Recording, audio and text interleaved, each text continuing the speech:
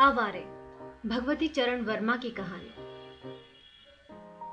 कुछ लोग दार्शनिक होते हैं, कुछ लोग दार्शनिक दिखते हैं। यह जरूरी नहीं कि जो दार्शनिक हो वह दार्शनिक ना दिखे, या जो दार्शनिक दिखे वह दार्शनिक ना हो।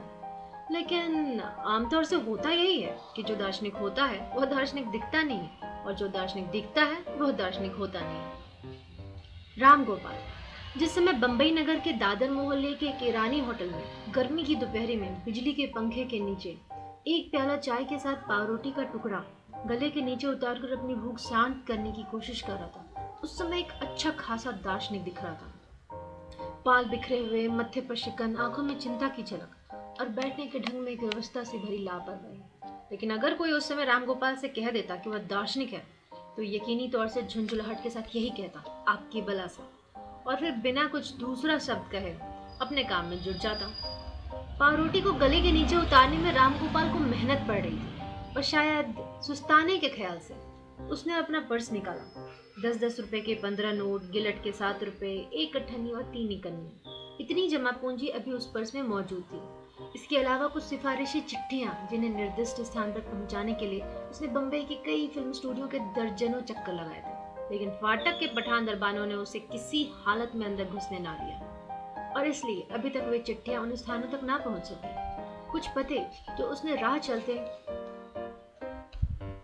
कुछ महत्वपूर्ण आदमियों की मुलाकात की यादगार में दर्ज करा लिए थे, और छपे हुए करीब 10-12 विजिटिंग कार्ड।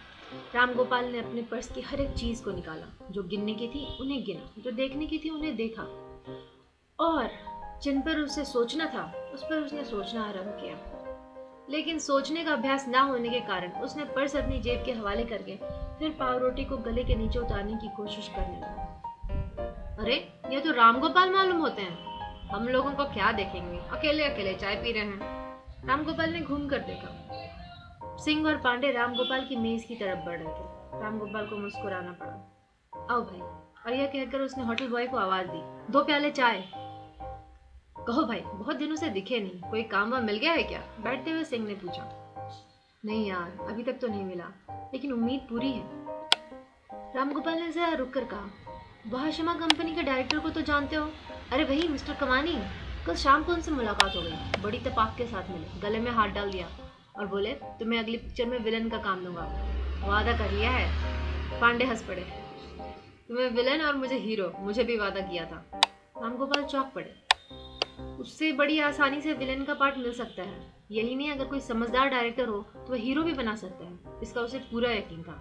लेकिन पांडे को जो आदमी हीरो बनाने का सोचे वह या तो पागल है या मजाक कर रहा है। उसने पांडे को एक दफा गौर से देखकर कहा, तुम्हें हीरो बनाने का वादा किया है, सच कह रहे हो?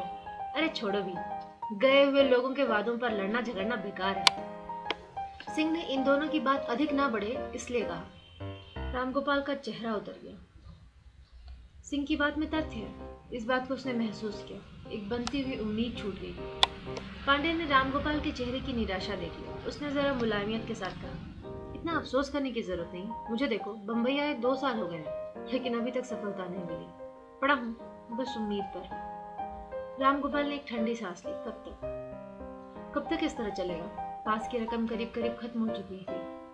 होटल वाले का बिल बढ़ चढ़ रहा है, समझ में नहीं आता क्या करूं। पांडे ने कहा, अगर मेरी सलाह मानो तो होटल छोड़ दो और एक कमरा किराए पर ले लो। जब तक कमरा ना मिले तो मेरे कमरे में रह सकते हो। अभी 4 आदमी हैं, अब 5 हो जाएंगे, वहां जी लग जाएगा, खर्चे की बचत हो जाएगी। रामगोपाल ने कुछ सोचा। यार कहते तो ठीक हो, अभी होटल का 3 रुपया रोज दे रहा हूँ, 90 रुपये महीने की बचत बहुत काफी होती है। 90 की नहीं बल्कि 80 की, क्योंकि पांडे के कमरे में रहने पर तुम्हारा हिस्सा 10 रुपया महीना आवेगा। 80 ही क्या, कम है, रामगोपाल ने मुस्कुराते हुए कहा। दिन भर के बाद उसके मुख पर यह पहली मुस्कुराहट। पांडे का पूरा नाम था रविशंकर पांडे। लखनऊ से बीए पास करने के बाद जब उसके पिता एक जमींदार की लड़की के साथ 10,000 के लंबे दहेज पर उसकी शादी तय कर रहे थे, वह बिना कहे सुने एक दिन बंबई के लिए रवाना हो गई। इसलिए कि वह लड़की जिसके साथ उसकी शादी तय कराई जा रही थी, गंवार होने के साथ साथ बदशक्ल भी थी।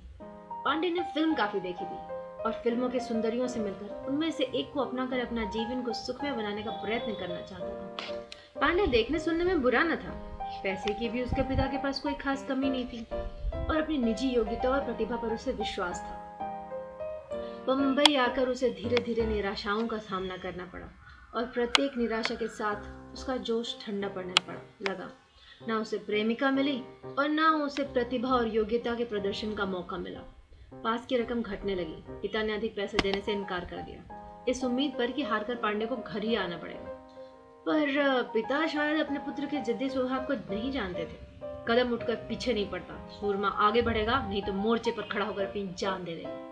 पांडे भी कुछ ऐसे ही विचारों का था। बहुत दौड़ धूप करने के बाद एक कंपनी में उसे एक्स्ट्रा का काम भी मिल गया था, वो कि पैसे बहुत कम मिले थे। लिहाजा खर्च पूरा करने के लिए पांडे ने अपने कमरे में किराएदारों को बसा लिया था। सिंह का पूरा नाम था जसवंत सिंह और वह आगरा जिले का रहने वाला था। सिंह को गाने का बड़ा शौक था और उससे अधिक उसके आगरा वाले मित्रों को विश्वास था कि अगर वह किसी फिल्म कंपनी में पहुंच जाए तो उसकी प्रतिभा चमक उठेगी और उसका भाग्य खुल जाएगा। रोज रोज मित्रों की राय सुनते सुनते सिंह की भी कुछ ऐसी ही राय हो गई थी। 22-23 साल का नवयुवक, दुनिया का उसे तजुर्बा न था। मित्रों ने दम दिलासा देकर बम्बई लाद दिया, लेकिन बम्बई आकर उसने देखा कि यहाँ हर जगह सिफारिश चलती है। कई जगह गया, अपने गाने सुनाए, लोगों ने उसकी तारीफ की, लेकिन फिल्म कंपनी में जो काम ना मिला सो ना मिला। हाँ, एक आध ट्यूशन उसे जरूर मिल गए थे और इस उम्मीद पर कि निकट भविष्य में उसे काम जरूर मिलेगा, उसे ट्यूशन से ही संतोष करना पड़ा। सिंह घर का खुशहाल ना था। एक दिन जब एक फिल्म कंपनी के दरबान से गिड़गिड़ाकर भीतर घुसने का प्रयत्न कर रहा था, उसकी मुलाकात पांडे से हो गई। पांडे ने उसकी कहानी सुनी। कहानी सुनकर उसे दया आई और उसने फुटपाथ पर या बरामदे में सोने वाले उस युवक को अपने कमरे में आश्रय दे दिया। बाद में जब सिंह का कुछ कामकाज मिल गया तो तब वह पांडे के कमरे में किराए का एक भाग देने लगा। राम गोपाल को साथ लेकर जब पांडे और सिंह कमरे में पहुंचे, उस समय मिस्टर परमेश्वरी दयाल वर्मा अपनी हजामत बना रहे थे। एक ट्रंक और बिस्तर के साथ एक नए आदमी का कमरे में प्रवेश देखकर मिस्टर वर्मा चौंके। घूरकर उन्होंने राम गोपाल को देखा।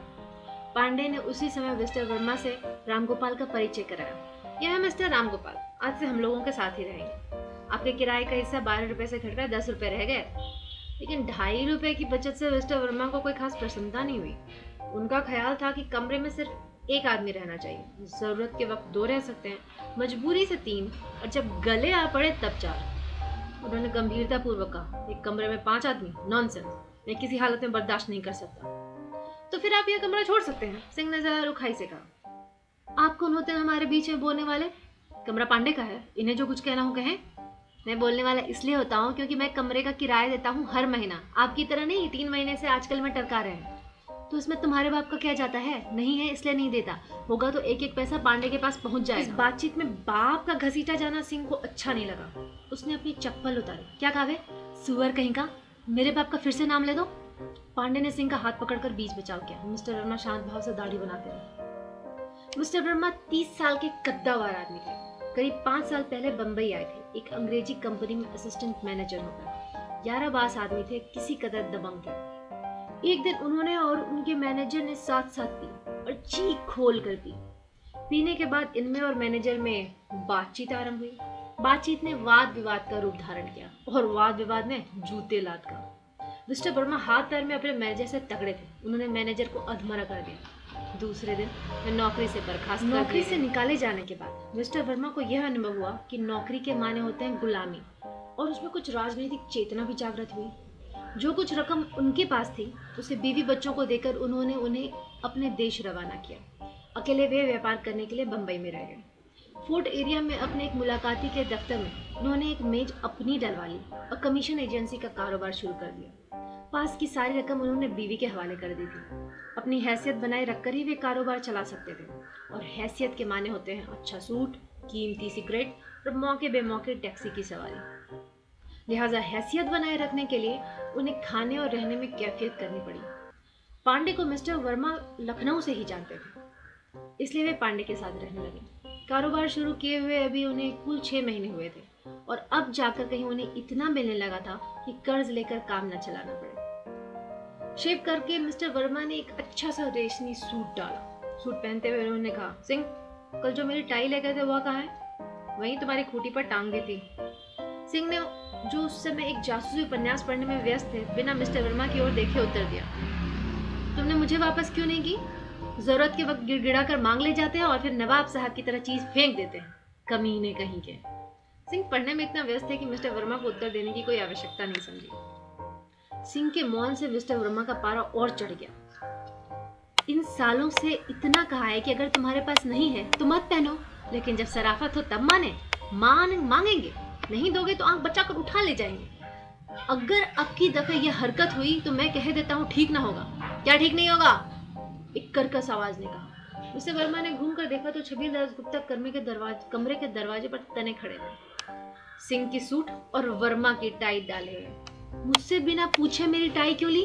कड़क कर वर्मा ने कहा। तबीयत? मुंह बनाते हुए गुप्ता ने जवाब दिया। हद हो गई, अब मिस्टर वर्मा से ना रहा गया। लपक कर उन्होंने छबीलदास का गला पकड़ लिया। तो फिर मेरी तबीयत यह है कि आज तुम्हारी अच्छी तरह मरम्मत कर दूं। हाँ, यह गजब मत करना। सिंह डिटेक्टिव ने बल छोड़कर बीच बचाव कर दौड़ा, इस डर से कि कहीं उस हाथापाई में उसका सूट न फट जाए। छबीलदास ने टाई गले से उतारकर वर्मा को दे दी और मिस्टर वर्मा सज कर तैयार हो गए। छबीलदास टाई के हाथ से निकल जाने पर उदास हो गए थे। उस दिन उनका भाग्य खुलने वाला था। बात यह थी कि पिछले दिनों उन्हें सुशीला का पत्र मिला था और सुशीला ने उन्हें दूसरे दिन सुबह के समय अपने यहाँ मिलने को बुलाया था। सुशीला छबीलदास के नगर बनारस के वैश्या की एक पुत्री थी। छबीलदास अचानक एक दिन उसके प्रेम में पड़ गए थे।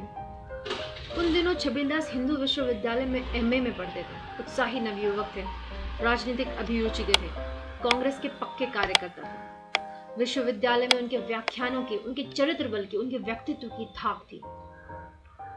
सुशीला की माता ने सुशीला को उच्च शिक्षा दिलाई। मैट्रिकुलेशन पास करके वह भी विश्वविद्यालय में भर्ती हुई थी। लेकिन सुशीला की माँ की संगीन साथियों ने, उनके मेली मुलाकातियों ने उसे समझाना शुरू किया कि वेश्या की लड़की को समाज में कोई स्थान नहीं मिलेगा।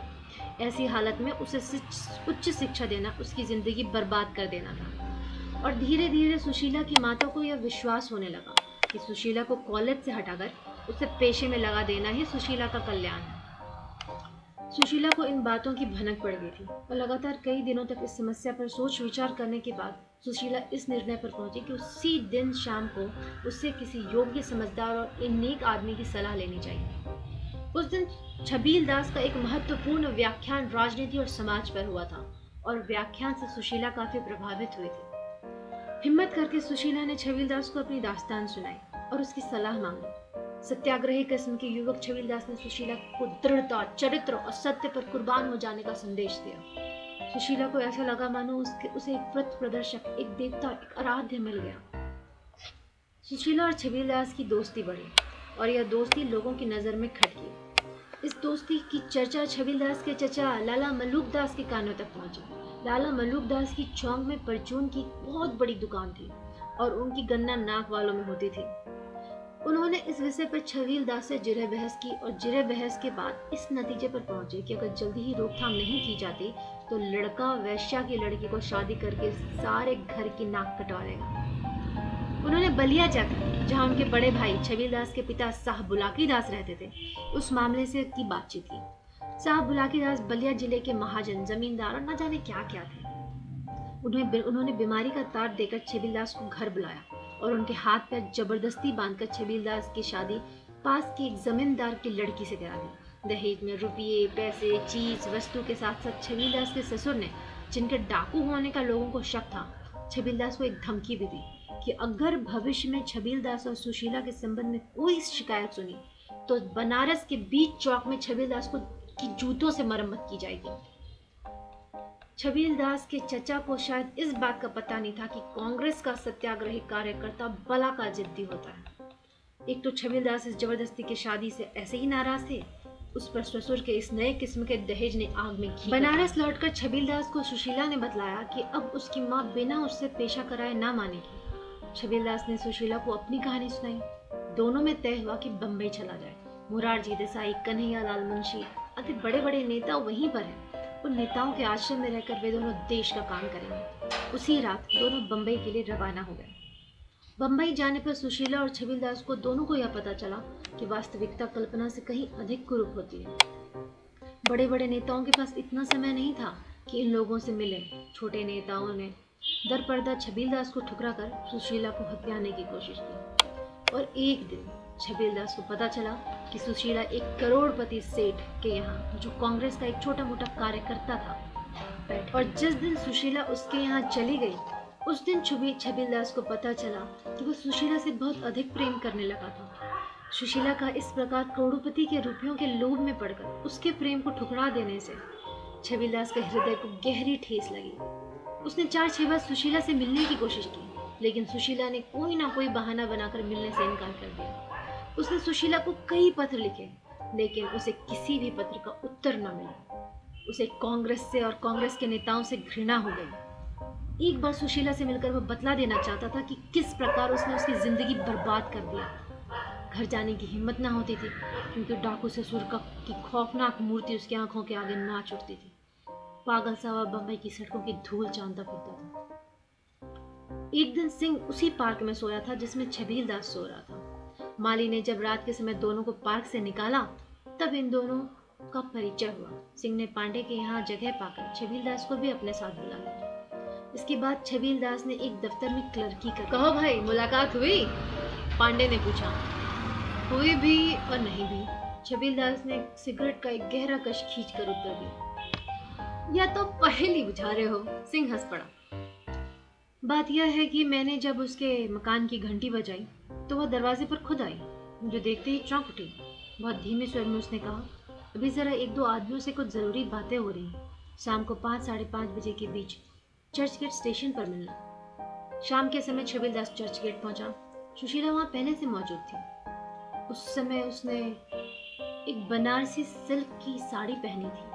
शरीर पर गहने लगे थे, पर उसका चेहरा उतरा हुआ था और उसकी आंखें लाल थी, मानो दिन भर वह रोती रहेगी। छबीलदास को देखते ही वह फूट पड़ी। उसने कहा, छबील, मैं लुट गई।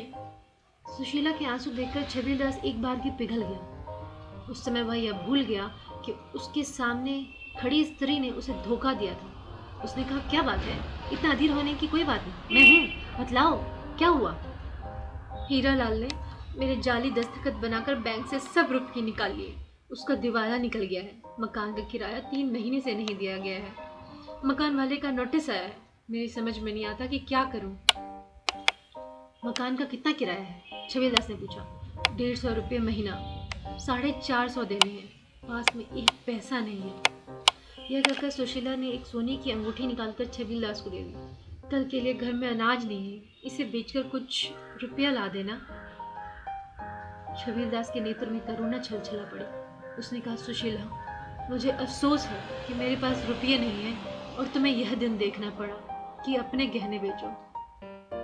भगवान की जैसी मर्जी, कल सुबह मैं रुपये ले आऊंगा। छबीलदास सुशीला को एक पास के होटल में ले गया। वह कितना खुश था। 1 साल बाद सुशीला उसके पास लौट आई। उस समय सुशीला के प्रति उसका क्रोध, उसके कर्मों के प्रति उसकी घृणा, सब लोग हो चुके थे। छबीलदास की जेब में जो 11 आने पैसे थे, उनका ईरानी होटल में जैसा तैसा नाश्ता कराकर छबीलदास ने सुशीला को विदा दी। वह खुद बिना टिकट गाड़ी पर बैठकर घर आया। जिस समय छबीलदास घर लौटा, वह प्रसन्न भी था और चिंतित भी था। उस समय कमरे में मिस्टर वर्मा बिस्तर पर लेटे हुए थे और रामगोपाल एक उपन्यास पढ़कर समय काटने की कोशिश कर रहा था। सिंह और पांडे भोजन करने के लिए होटल चले गए थे। सुशीला की अंगूठी बिके, वह भी छबीलदास के हाथों। छबीलदास का हृदय रो रहा था। आज उसे अपनी गरीबी, विवशता, यह सब बुरी तरह खड़ रही थी। उसने वर्मा के चेहरे को देखा, शांत, गंभीर, निश्चिंत। उसकी हिम्मत बढ़ी। वर्मा, कुछ बिजनेस बढ़ा?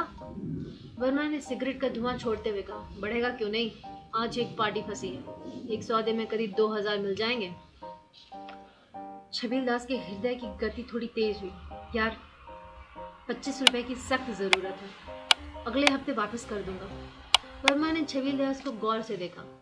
वे मौन भाव से छबीलदास को उसी तरह कुछ देर देखते रहे। छबीलदास का हृदय अब जोरों के साथ धड़कने लगा था। वर्मा ने आखिर अपनी खामोशी तोड़ी। 25 रुपये, ऐसे क्या जरूरत आ पड़ी? छबीलदास की आशा बढ़ी। भाई, जीवन मरण का प्रश्न है। कल सुबह तक मुझे 25 रुपये किसी तरह चाहिए ही। वर्मा ने उसी प्रकार गंभीरता से उत्तर दिया, जीवन मरण का प्रश्न है, तब तो तुम्हें किसी न किसी प्रकार रुपयों का इंतजाम करना ही होगा। मेरे पास तो इस समय एक पैसा नहीं है, और अगर एक हफ्ता ठहर जाते तो 25-50-100 जितना मांगते दे सकता था। छबीलदास को ऐसा लगा मानो उसका हृदय बैठा जा रहा हो। वह अपने दिल को संभालने में व्यस्त हो गया। और वर्मा कह रहे थे, देखो मुझे कल 15 रुपए की सख्त जरूरत है। एक सेठ को मैंने लंच के लिए बुलाया है, उससे बहुत बड़े बिजनेस की उम्मीद है। 25 रुपए का तुम्हें इंतजाम तो करना ही है, क्योंकि यह तुम्हारे जीवन मरण का प्रश्न है। तो जैसे 25 वैसे 40।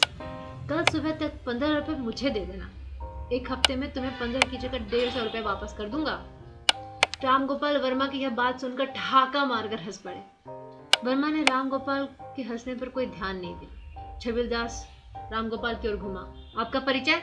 छबीलदास ने पूछा। छबीलदास से रामगोपाल का कोई परिचय न कराया गया था, क्योंकि छबीलदास उस दिन सुबह से ही अपने मामलों में बुरी तरह उलझा हुआ था। जी, मैं इस कमरे में आज से रहने लगा हूँ और आपका पड़ोसी हुआ। मैंने पांडे जी से आपकी दास्तान सुनी, काफी दिलचस्प थी आपकी बला से। छबीलदास ने रुखाई से उत्तर दिया। छबीलदास की रुखाई का रामगोपाल पर कोई खास असर नहीं हुआ। वह इस समय छबीलदास से मित्रता बढ़ाने की कोशिश कर रहा था। रामगोपाल सुलझे हुए दिमाग का आदमी था। एक साधारण कुल में बहुत बड़ी आकांक्षाएं लेकर वह पैदा हुआ था, और उसके जीवन में नेकी, सत्य, ईमानदारी यह सब उसकी सुविधाओं पर अवलंबित थे। शायद इतना अधिक महत्वाकांक्षी और अवसरवादी होने के कारण ही वह आज तक ना अपना कोई मित्र बना सका था और ना कहीं टिक सका था। उसके रिश्तेदार उससे घबराते थे। जो स्पष्ट वक्ता थे और निर्भीक थे, उन्होंने साफ साफ उससे उनके घर आने को मना कर दिया था। और जो शरीफ और मोहब्बत वाले थे, वे ऐसी परिस्थिति पैदा कर देते थे कि रामगोपाल को जबरदस्ती उनका घर छोड़ना पड़ा। ऐसा नहीं कि रामगोपाल के घर में पैसे की कोई तंगी हो। उसके पिता ने उससे नौकरी कर लेने का बहुत जोर दिया था। मैट्रिकुलेशन पास रामगोपाल को 100-125 की नौकरी बड़ी बात नहीं थी, लेकिन रामगोपाल की निगाह लाखों पर थी। उसने सुन रखा था कि सिनेमा लाइन एक ऐसी लाइन है जहां आदमी आसानी से लखपति या करोड़पति बन सकता है, और इसलिए पिता से अनुनय विनय करके तथा एक लंबी रकम लेकर वह बंबई के लिए रवाना हो गया था। बंबई के काफी चक्कर काटने के बाद एक बात उसकी समझ में और आ गई।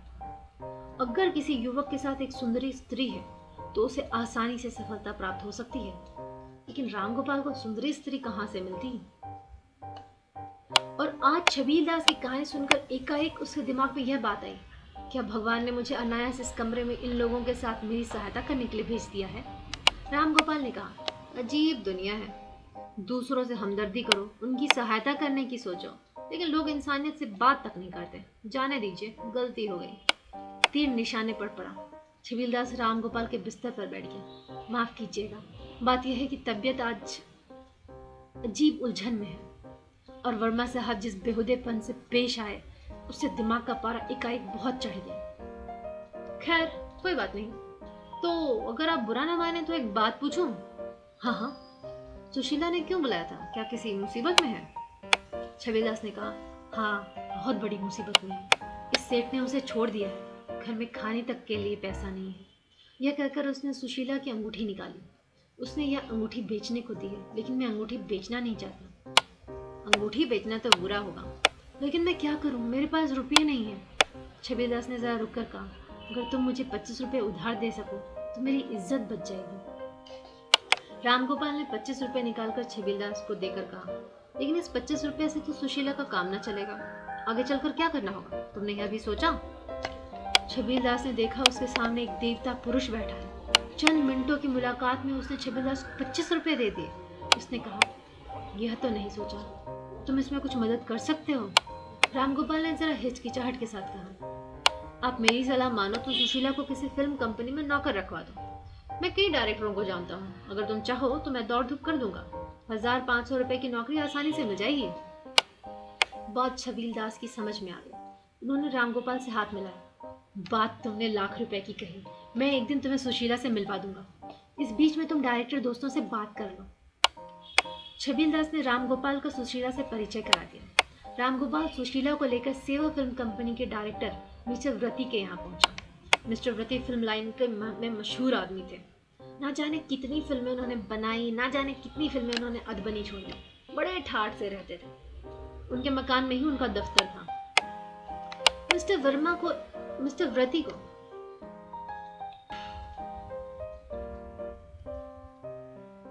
व्रती को एक नई हीरोइन की जरूरत थी, क्योंकि उनके नए सेठ ने उनसे कह दिया था कि फर्स्ट क्लास नई हीरोइन चाहिए, जिस तनख्वाह पर भी हो। मिस्टर व्रती के मकान पर हीरोइनों का तांता लगा रहता था, जिनमें कुछ व्रती साहब नामंजूर कर देते थे और कुछ उनके नए सेठ। सुशीला को देखते ही व्रती साहब प्रसन्न हो गए। उनके दिल ने साफ कह दिया कि सेठ जी इस हीरोइन को पसंद कर लेंगे। उन्होंने बजाय रामगोपाल के सुशीला से कहा, मैंने आज से ही आपको 1000 रुपये पर रख लिया। एक पिक्चर बनाने पर मैं आपकी तनख्वाह 1500 रुपया महीना कर दूंगा। रामगोपाल ने उसी समय कहा, वह तो ठीक है, लेकिन जब तक आप मुझे अपनी पिक्चर में रोल नहीं देंगे तब तक यह काम न करेंगे। सुशीला ने आश्चर्य से रामगोपाल को देखा। रामगोपाल ने सुशीला से कह रखा था कि वह लखपति आदमी है। उसने सुशीला को बताया कि वे 25 रुपये जो छबीलदास ने उसे दिए थे रामगोपाल से लेकर दिए थे, और अब उसने देखा कि रामगोपाल उसकी नौकरी के कमीशन में खुद नौकरी मांग रहा है, लेकिन उसने उससे कुछ कहा नहीं। मिस्टर व्रती की ओर से आंखें हटा ली। अच्छी बात है, आपको वेक पार्ट दे दूंगा, लेकिन तनख्वाह ज्यादा ना दे सकूंगा। और उसी समय रामगोपाल को सेवा फिल्म कंपनी में 250 रुपये महीने की जगह मिली। सेवा फिल्म कंपनी से निकलकर रामगोपाल ने सुशीला से कहा, बहुत बड़ा काम हो गया, इसकी खुशी में आज ताजमहल होटल में खाना खाया जाए। पिछले कुछ दिनों से सुशीला बहुत अधिक परेशान थी। आज उसकी परेशानियां दूर हो गई थी।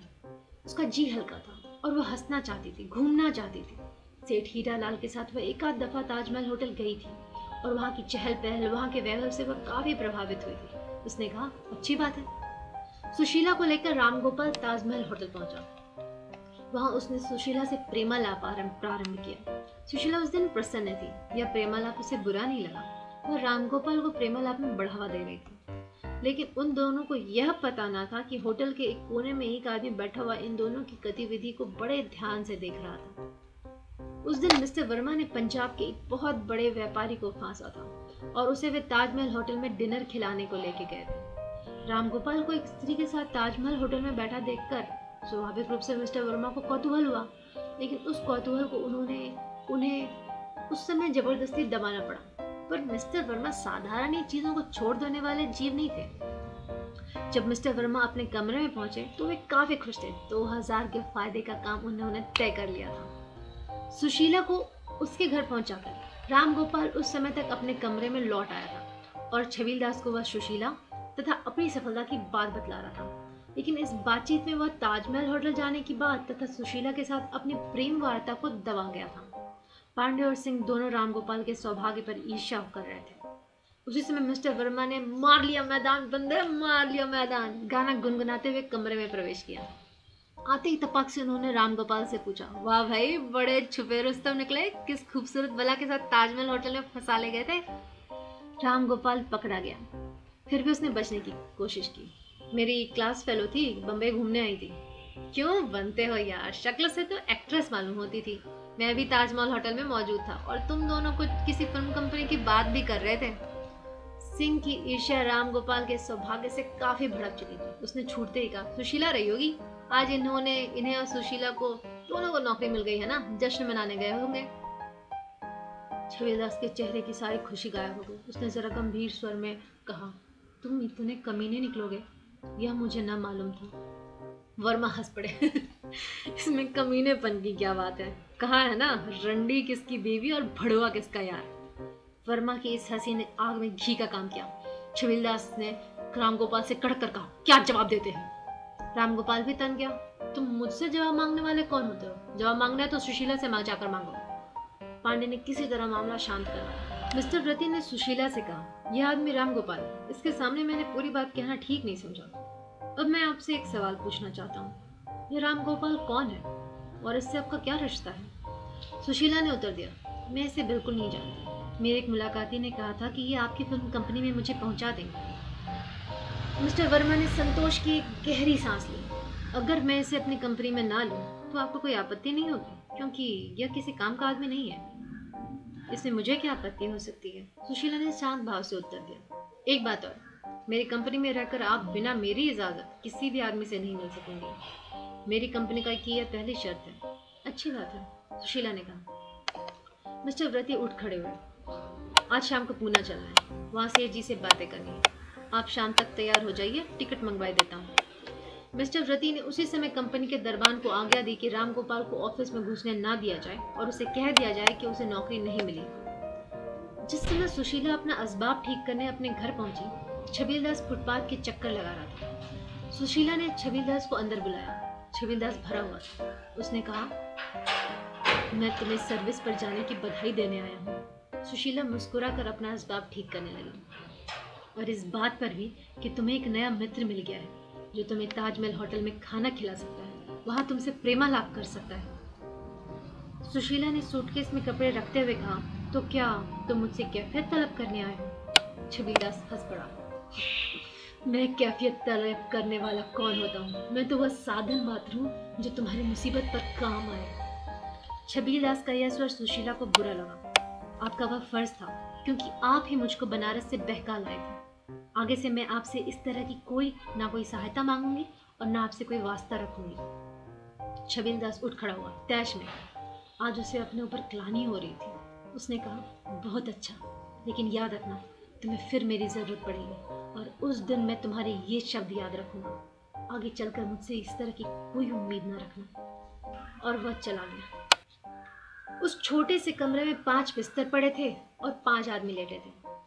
पांडे एक फिल्म मैगजीन उलट पुलट रहा था। सिंह एक फिल्मी गाना गुनगुना रहा था। वर्मा सिगरेट के कश लगा ले रहा था। छबीलदास एक कोने में बड़ा सिसकियां ले रहा था। वह अपने विगत पर सोच रहा था और वर्तमान की उस विगत से तुलना कर रहा था। और रामगोपाल दूसरे कोने में मौन अपने भविष्य पर चिंता कर रहा था। रामगोपाल को एक दिन नौकरी मिली, दूसरे दिन उसकी नौकरी छूट गई। कल एक हीरोइन मिली जिसके साथ रहकर उसने लखपति होने के सपने बनाए थे। आज वह हीरोइन हाथ से निकल गई। उसने जेब से अपना पर्स निकाला। अब उसमें कुल जमा पूंजी 35 रुपए रह गई। पांडे ने मैगजीन रख दी। उसने रामगोपाल से पूछा, क्यों बड़े चुप हो, क्या बात है? सिंह ने उत्तर दिया, आज इनकी नौकरी छूट गई। छबीलदार, जो अभी तक सिसकियां भर रहा था, चौंक कर बैठ गया। अच्छा हुआ, इन साले दगाबाजों के साथ होगा ही क्या? इस हाथ ले, उस हाथ दे। और यकीनी तौर से छबीलदास का क्रोध और दुख 75% गायब हो गया था। रामगोपाल से अब ना रहा गया। वह उठ बैठा और उसने कहा, अब जो किसी साले ने गाली दी तो मैं उसका मुंह तोड़ दूंगा। मामला संगीन हो रहा था। वर्मा ने यह देखा और उठ बैठा। आखिर मामला क्या है?